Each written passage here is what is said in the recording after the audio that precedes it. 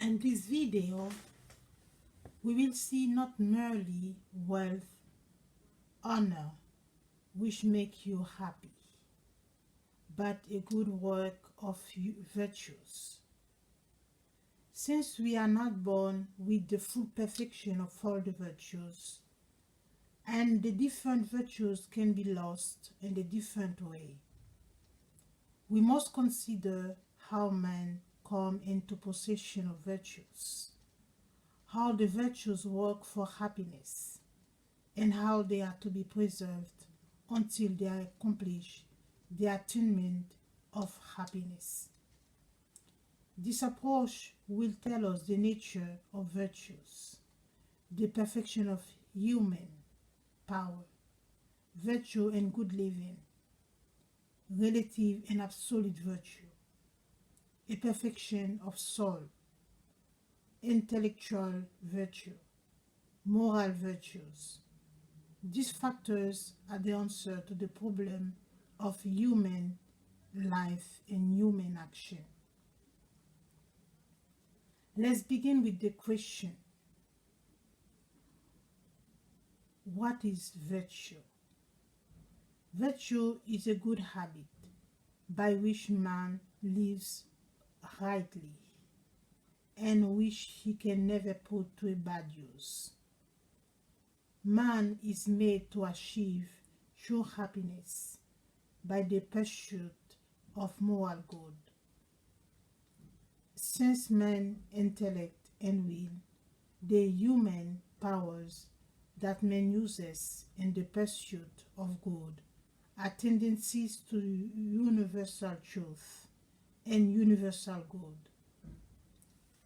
They must be determined to particular acts of goodness by good habits.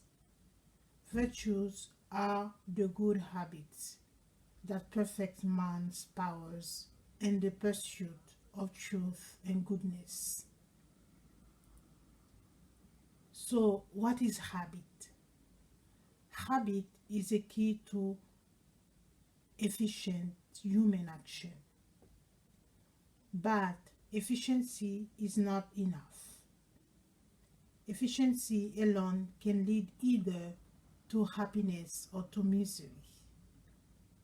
A man can work his life just as efficiently as he can make it a success. Efficiency must be constructive rather than destructive. Destructive habits are called vices. Constructive habits are called virtues. Vices wound a man's humanity and tend to reduce him to the level of the beast. Virtues perfect his humanity and increase his likeness to God. Virtue is not therefore a hindrance, an obstacle to a good living. On the contrary, it is necessary for good living. A man without virtue is like a genius who is kept forever in the first grade of school. His power of genius is wasted forever on the trivial task of learning again and again how to spell cat. But a man of virtue is a man set free. His limitless appetite for truth and goodness find unlimited opportunity for action and conquers in God's world and ultimately in God's himself. Virtue is a perfection of human power, which enables man to act successfully in conquering the world for himself and himself for God. Virtue is a habit by which men work well. Virtues can be related to action in two ways: imperfectly and perfectly. Some virtues give men the ability to work well, but they do not of themselves give him the right use of that ability. For instance, a carpenter may know well how to make a desk. He possesses the intellectual virtue of art, but this knowledge alone does not produce a good desk. The carpenter may make a poor desk because of laziness or bad will. His act then makes him a good carpenter, but it does not necessarily make him a good man.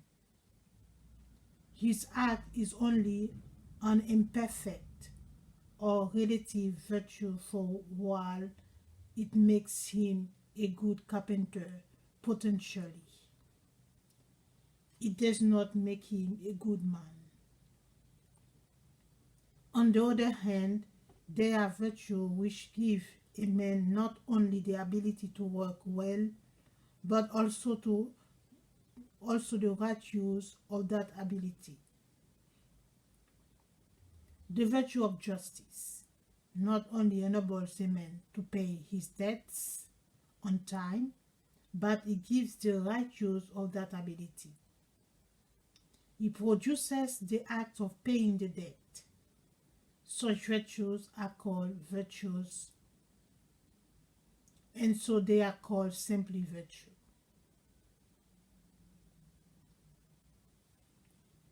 At last, since virtues are concerned with truly human acts, they are to be found only in the soul of man, and those powers of the soul which distinguish man from the world below him.